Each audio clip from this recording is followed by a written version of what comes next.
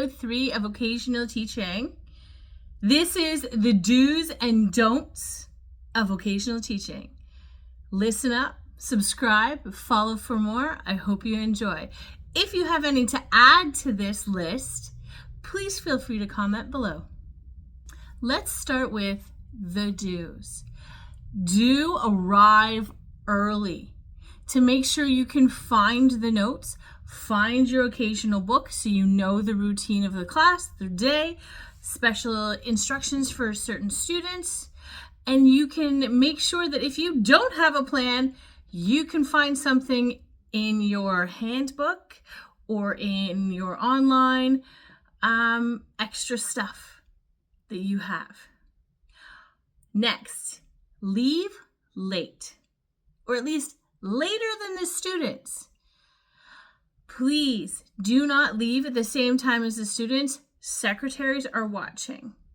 They also take note of who that was that left. I was standing with a secretary the one day and she said, "Don't do that." And we watched an occasional teacher leave while the buses are still in the parking lot. Next, write a positive note. Even if it was a hard day for you, it was a hard day for the students, and you need to maybe, I try and hamburger in, like a positive with, well, this didn't go so well, but then this really went well, so that they know there was some highlights maybe to the day. Be prepared for anything. Have backup plans, because there might not be a note there because you don't know why the teacher's not there. Maybe the teacher got in a car accident on the way to work. Maybe their kid's sick and they just had to leave. Who knows? Be prepared. Have backups in your classroom. And classroom management. Really think about those things that are going to set you apart so that you know you're going to get called back. How do you manage your classroom? And then try and keep it as close to the other teachers as possible, but reminding the students that you are a different person, so you might do things a little differently. This one's very controversial. I help teachers during prep. I make sure I've started my note. Then if they leave anything with people that know that I'm coming, sometimes they do leave stuff like marking spelling. I can mark spelling, marking math. If you leave me an answer key, I can do that. Anything that's questionable, it could be this or it could be this, I won't mark, because every teacher is different. I would mark it differently than that teacher, so that I leave. But photocopying or tidying up the room, just helping out teachers, because I come in, I'm only there for a day, they're there all week, and I know what that's like. So I try and help out as best I can. And yeah, that's the do's. If you have any more to add, please share below so that we can have a list of all the great things that we can do as vocational teachers. Okay, coming at you with the don'ts. Don't arrive on time. There's so much to know, especially if you're in a different school. There's so much to know about a school, and maybe the plans are at the office and the secretary hadn't printed them yet. Or maybe the plans and you just can't find them because the teacher left their desk a mess. You don't know, and you won't know the routine of the day, and you'll get flustered and behind, and that just sets up your day and the class's day behind and stressed out. Don't leave early, or like I said before, as the buses are still outside. Take that time to finish that note. Think about the day.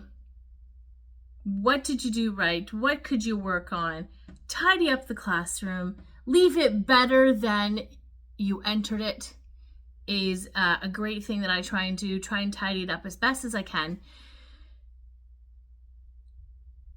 When you're leaving a note, so this is another don't. When you leave a note, don't just leave, great day, thanks for having me. Like, what, did you get everything done? Awesome, so say that. Or if you forgot or missed something, be honest, say what happened during the day. Leave notes of like if an issue happens so that the teacher knows that there might be a follow-up. Sometimes there's not, but you never know with families or with classrooms.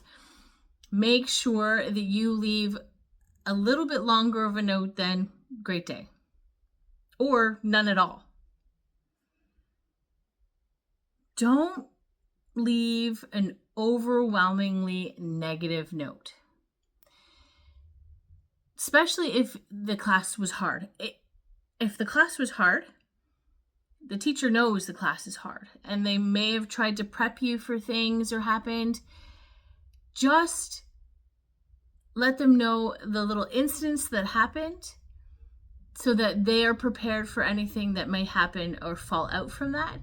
But don't negative towards other teachers. I have heard things that some supply teachers leave notes trashing the teacher, saying horrible things about the teacher, and teachers are trying their best and doing their best. So please be aware of that when you're leaving a note.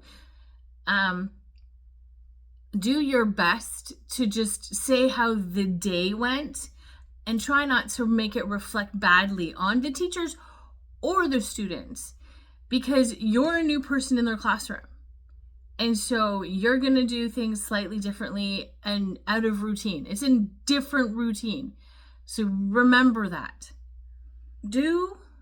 Don't do your own thing. Lots of times, teachers leave you things that you think, oh, they're just filler. But they're great practice for the students. So do what's on the plan.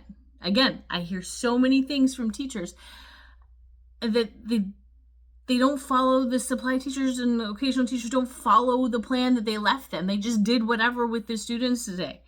And then maybe now the next one, they can't be bothered to leave a really detailed note because it takes a long time to make those detailed notes for supply teachers to come in.